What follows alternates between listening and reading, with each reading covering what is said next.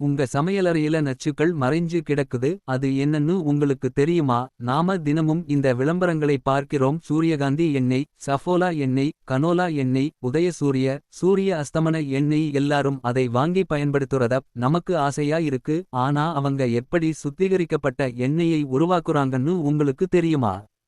நம்ம மறுபடியும் பயன்படுத்த எண்ணெய் எடுக்க இந்த விதைகள் எல்லாம் 200 முதல் 300 டிகிரி வரை சூடாக்கி ஹெக்சேன் என்ற பெட்ரோலிய கலவை சேர்த்து அதிலிருந்து எண்ணெயை பிரித்தெடுக்கிறது. அது கருப்பாகவும் மென்மையாகவும் இருக்கும். ப்ளீச்சிங் ஏஜென்ட் சேர்த்து வெள்ளையாவும் பளபளப்பாவும் ஆக்குவாங்க. நாற்றம் நீக்க வாசனை ரசாயனங்களை பயன்படுத்துறாங்க.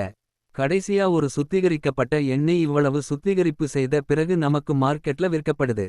அதிலுள்ள சத்துக்கள் கம்மியாக மிஞ்சும்.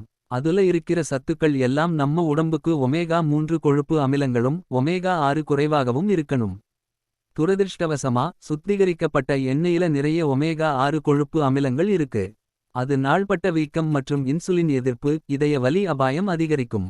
கூடுதலாக ஆல்டிஹைடுகள் எனப்படும் சூடாக்கப்பட்ட சேர்மங்கள் உற்பத்தியாகி டிஎன்ஏவை சேதப்படுத்தி அதை அதிகரிக்கிறது.